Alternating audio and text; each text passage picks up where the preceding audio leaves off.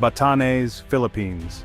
Once a haven of peace, a place where time seemed to slow and the world's troubles felt far away, these remote islands have long been cherished for their untouched beauty and quiet isolation. But now, these islands echo with the sounds of military buildup, engines rumbling, boots on gravel, and the distant hum of helicopters overhead. The wind still sweeps the green hills, carrying with it the scent of salt and grass, a reminder of the island's enduring spirit. Yet above, dark clouds gather, not just of rain, but of uncertainty. A new storm is brewing, one of geopolitics, not weather, threatening to change the fate of Batanes forever. Where stone houses once stood as symbols of resilience, built to withstand typhoons and time, their thick walls now seem to brace against a different kind of threat. Radar towers and military convoys now dominate the landscape, their presence a stark contrast to the rolling hills and quiet villages. The transformation began quietly, almost unnoticed by many, but soon it accelerated, military tents sprouting overnight, new faces in uniform and a sense of urgency in the air. Rumors spread among the locals, whispers of change. Officials arrived, followed by uniformed personnel with a mission, their presence both reassuring and unsettling. Basco's port, once sleepy and quiet, now hosts naval vessels and heavy equipment. Cranes unload supplies and the docks buzz with activity, a sign that Batanes is no longer on the periphery. For the Ivatans, isolation was a shield. Their remoteness protected them from the world's conflicts and chaos. Now their home is thrust into the center of a global power struggle, and the uncertainty weighs heavily on their hearts. Batanes lies just 150 kilometers from Taiwan, a mere sliver of sea separating it from one of Asia's most volatile flashpoints. With China's ambitions looming ever closer, the islands have become a front line in a contest for influence and control in the Pacific. The Philippine government and the US now see these islands as a strategic outpost, a crucial link in their defense plans, not just a cultural treasure to be preserved. The vibrant traditions of the Ivatans, festivals, dances, and songs, now unfold under the watchful eyes of soldiers, a poignant reminder of what's at stake. The peace of generations is being traded for national security, leaving locals uneasy, their daily routines shadowed by uncertainty and fear. Today, fishermen cast nets in the shadow of radar towers, their livelihoods intertwined with the new reality of surveillance and defense. Children walk past military trucks on their way to school, ancient and modern, peace and tension, side by side, shaping a new generation's memories. The question lingers in every conversation and every worried glance. Is this build-up protection or an invitation to disaster? Will it keep them safe or draw them into conflict? The answer hangs in the salty air, carried by the wind and the waves, elusive and unresolved. As uncertain as the Bashi Channel's weather, the future of Batanes remains shrouded in mist, caught between the promise of protection and the threat of becoming a battleground. For countless generations, the Ivatan people have thrived on the windswept islands of Batanes, their lives shaped by the relentless elements and the isolation of their home. Their story is one of endurance, where cooperation and resilience are not just values, but necessities for survival. The rhythm of daily life was dictated by the sea, the land, and the ever-present threat of storms. Their iconic stone houses, built to withstand typhoons, and the Payuhuan system of communal labor fostered a close-knit, self-reliant community.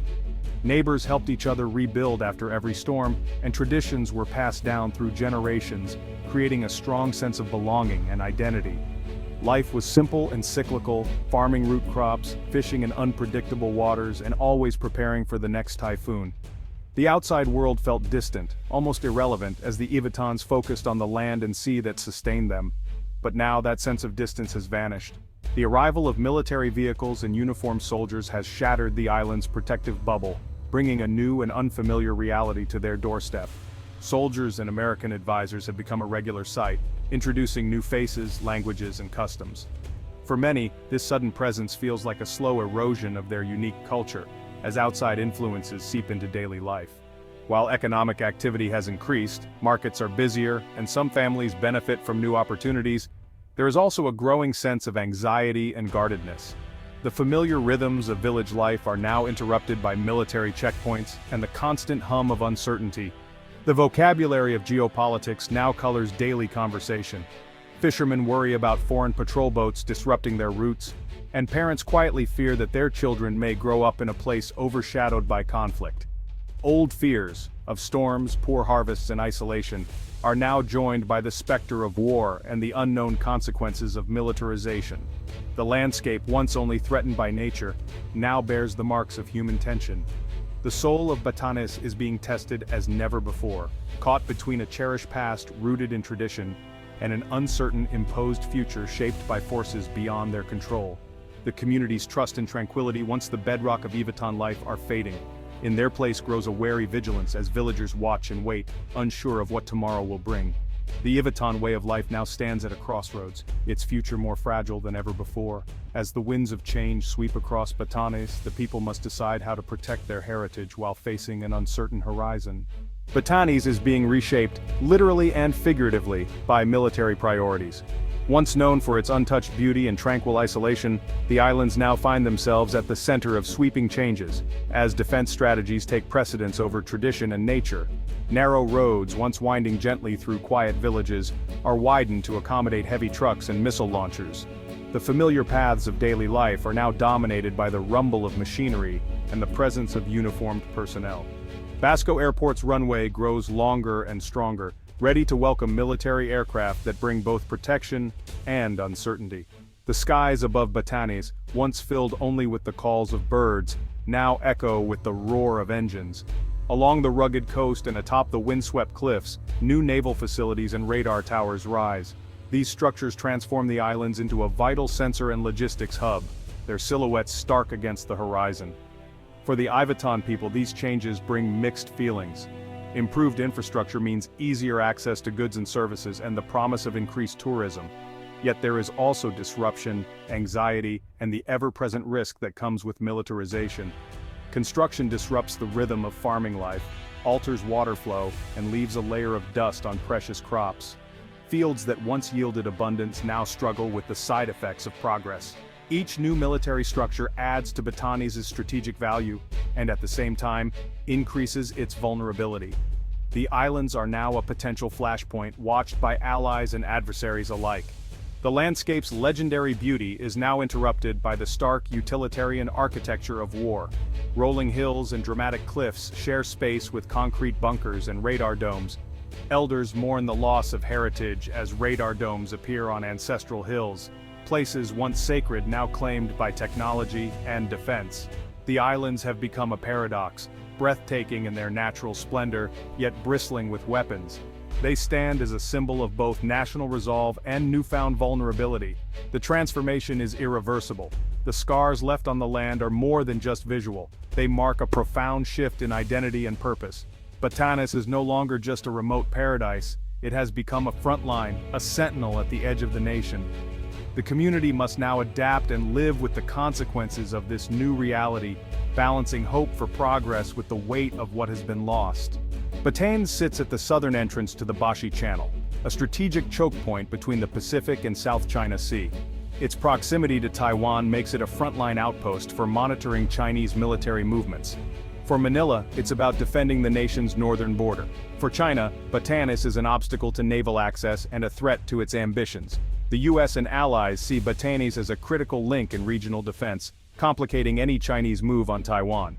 In this grand chess game, Batanes is no pawn, it's a rook, controlling key moves in the Indo-Pacific. Its small size belies its immense strategic value. The fate of these islands could tip the balance in a regional conflict. The US-Philippine alliance, once dormant, is back in force, driven by China's assertiveness. The Enhanced Defense Cooperation Agreement allows US forces to rotate through key sites, including Batanes. American engineers and Filipino troops build runways, ports, and barracks side by side.